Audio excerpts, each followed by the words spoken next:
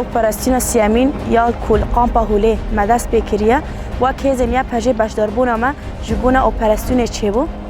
به تایبت تونلن کو هاتنه وشارتن و زاروکن اشبال الخلاف کنده تونل هاتبون وشارتن هاتن گرتن و بومباین دستا و سلاحن کو هاتنه گرتن هاتن دیتن اف خطریه داعش یا کل هندری قامپا هوله دا وشارتیه ام دخوازن و تشتنا حمویا گشتیا رزگار بکن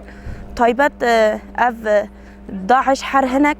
جهانه کی هاتنه جنتاوه کی هاتنه اف خطری دا قامپا هوله دا وشارتیه جبونا ویجی هدف و آرمان جیمه کو ام کاربن اولکاریا با کور روجلات سوری بپارزن اف زاروکن د تمنه بچوک دا دمل عسکرتی دمل هویتی و مل داعش دا تیم پرورده کرن پیشروجا وان زاروکان خستنا گشتی کو چاوا کو ایریشی انسانا بکن چاوا کو انسانا قتل بکن امجی جبونا کو امکاربن پیشروجا کی راست جبونا و زاروکان آوا بکن پیشروجا کی کو آزاد جیان بکن او هدف مایا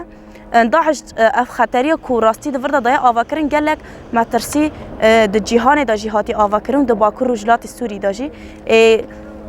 ام دخوازن کوه مترسیه د ناو گل خاد را بکن دما کو مقام تفتیش کر اوقاس جنوان هاتنه پرورده کرن د مل هویتیه دا اما اف کو تشت کو داعش ظلام داعش جن پرورده کرن اف نه کو تایبت مندی جنه ام دخوازن کو اف وان حمو جنان ام کاربن راستی د عالیه چاند و اخلاق وان پرورده بکن در راستی ریبر آپودا وان پرورده بکن ام بکارمن کو راستی جن چیه جوهر جن چیه ام بکارمن دوی ملی دا وان بپارزن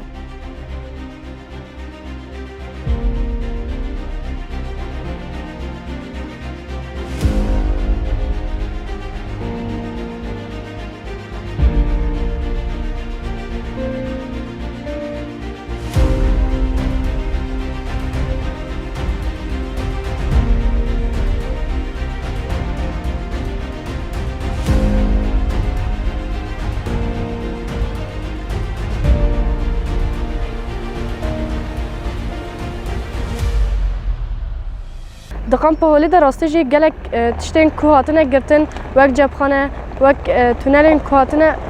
چکرن قدر کشی هاتیه درخستن و مجرد در راستی جی لگوری اپراسیونا کتی مشاندن جبونا کو راستی جی پاراستنا کو اولهیه کواره کرن به همو هزین کو تبلی دبن جی به همی هزا خو راستی جی تبلی دبن وک اپراسیونا کو تیم شاندن جی راستی جی قدره که تشتی کو ورنه گرتن جی هنه جی راستی جی تایبت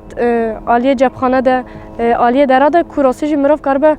لهنبری بناکه جی راستی جی لگوری کو کاربه پاراستنا اولهیه کو راستی جی پیک بینه آلیه که دیتر ده جی راستی جی جبو کو راستی جی به هدف و آرمان جی خواه